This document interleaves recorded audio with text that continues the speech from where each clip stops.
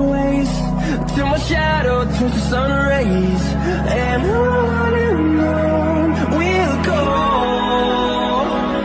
through the wastelands, through the highways, and on we'll go.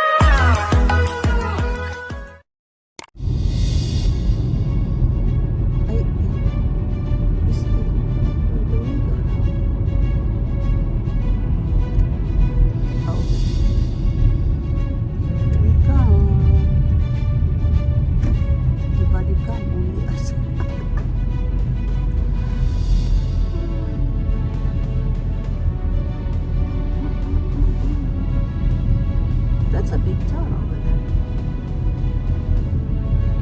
Oh my God! There's a fly. We're in the museum.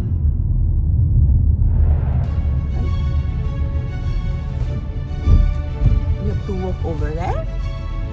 Huh? I don't know. It's an underground silo.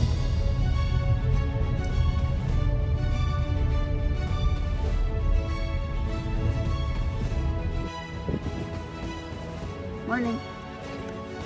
Is it worth it?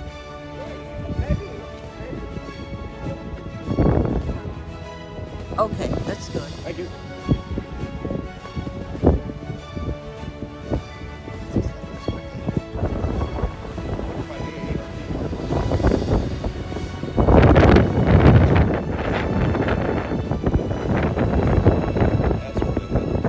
That's where you keep it.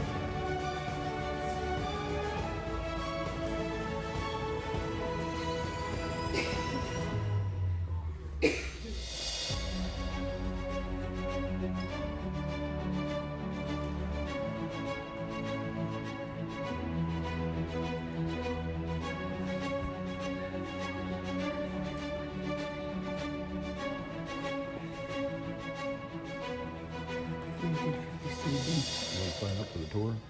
Huh? You sign up for the tour?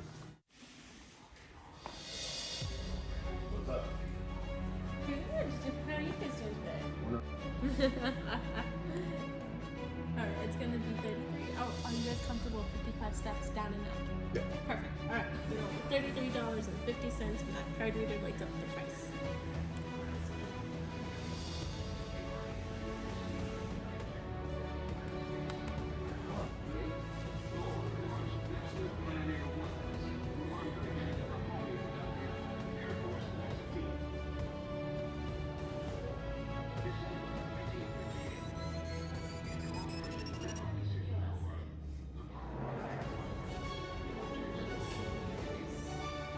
It's nice, huh?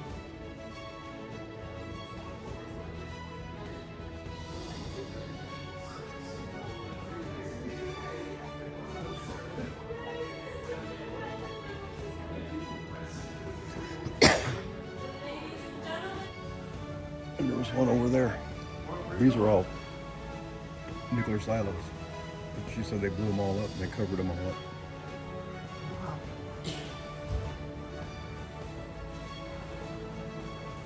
I didn't know that's how east there. South by Apache Junction, there's a, How many? One? yeah, I don't know.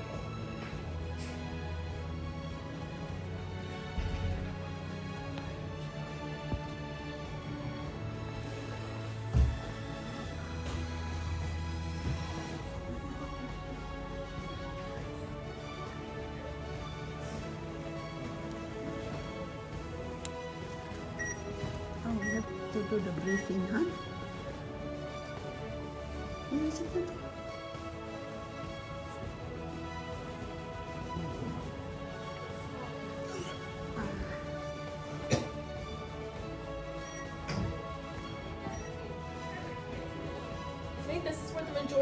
tour is going to take place about 20 minutes or so, and right after that I'm going to take you guys down this long cableway to go see the... Welcome to the Titan Missile Museum. You're about to tour Complex 571-7. This site was operational from 1963 to 1982 and was one of 18 silos here in the Tucson area. Before going on the tour, we're going to watch a brief video explaining the Cold War and the part that the Titan II intercontinental ballistic missile played in it. Thank you.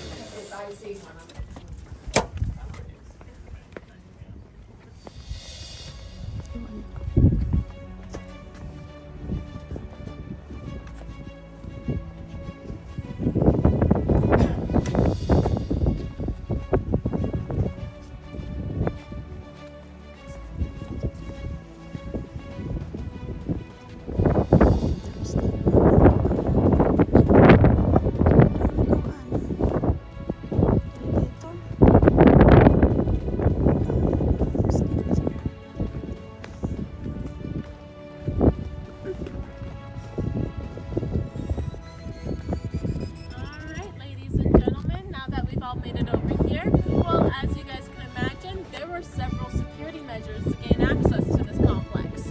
However, there wasn't any active security personnel here at all times, but at any given moment, they're about 20 minutes away. Now, what they were doing was going to each of the 18 silo sites here located in Tucson, making sure everything was running smoothly. So what did we have here for security? Well, we had our TPS-39 detection intruder beams, or what they would have called tipsies. Now, our tipsies are going to be these metal scoop beams right beside us over here. We had them over the crew's air shaft as well as the silo doors. This is what was going to let our crew know if there was anyone or anything messing with them. It was going to sound a loud ringing noise down the control room that alert our crew. So how did our 4-man crew gain access? Well, they had a series of 4 different phone calls they had to make. Their first phone call would have came from right behind you guys over there at that gate. They're the entrapment area. The entrapment area is a caged-in area where it has the only security camera in the complex, a red coffee can, and that third phone call. Now the security...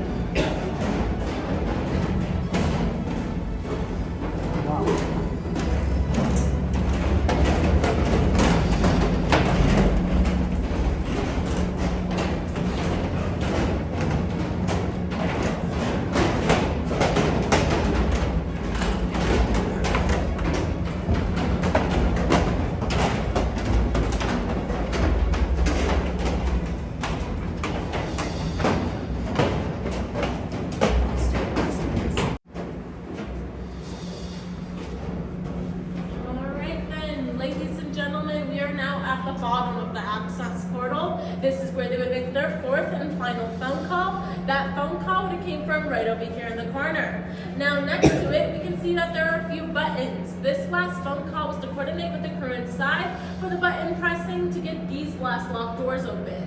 Now these blast lock doors are on 4 steel hydraulic locking pins. We can see those pins right up here. There's another set of them down here.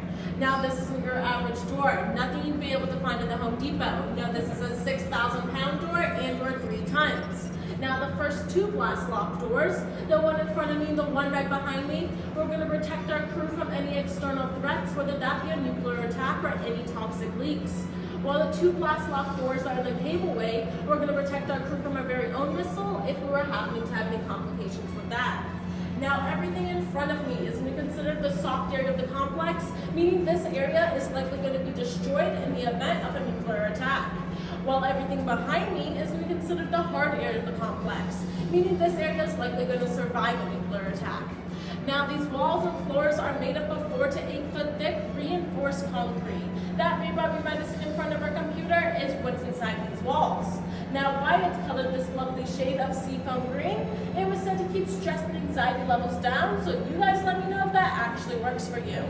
And then the blast lock door right behind me does in fact move. So if you guys want to give it a tug and see what it feels like to move 6,000 pounds, please go for it. Just push it back when you're done. Now, if you guys will follow me, we're going to make our way to the control room. Thank you. And it'll be this door right here.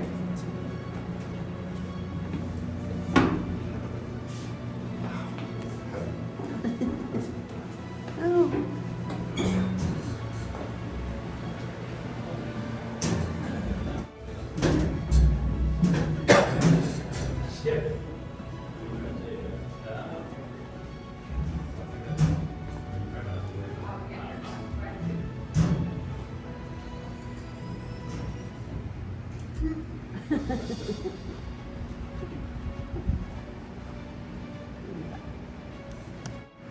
So what is this, hon? I don't understand. This is like...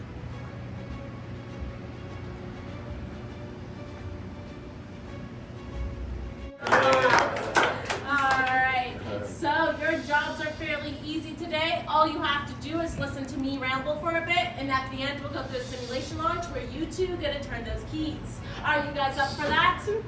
Perfect. Alright, now this is a 3-level building suspended on 8 massive shock isolating springs. We can see one of the springs right over here. There's another one behind you folks right over there. But This like I room's said, sitting on there are springs. them surrounding This room's us, on- keeping this place still in the event of a nuclear attack or even an earthquake. Now, we wouldn't even see a ripple in our coffee. But like I said, there are 3 levels, so right above us we have the crew's quarters. This area is going to consist of a bathroom, kitchen, sleeping, and dining area. This was the only area in the complex a crew member was allowed to be alone. Everywhere else, there had to be at least 2 people. Now, during their 24-hour shift, they would get 4 hours to themselves, where they'd usually spend their downtime right upstairs. Now, here on the 2nd level, we have the control room. This is where they would monitor the missile silo, and if necessary, command the missile to launch. And then right below us, we have the 3rd level. This is going to be the maintenance room. This is where all the facilities of the site are located. All the plumbing, cooling, heating, and electrical, everything like that, you'll find right below us. Now, we had a 4-man crew.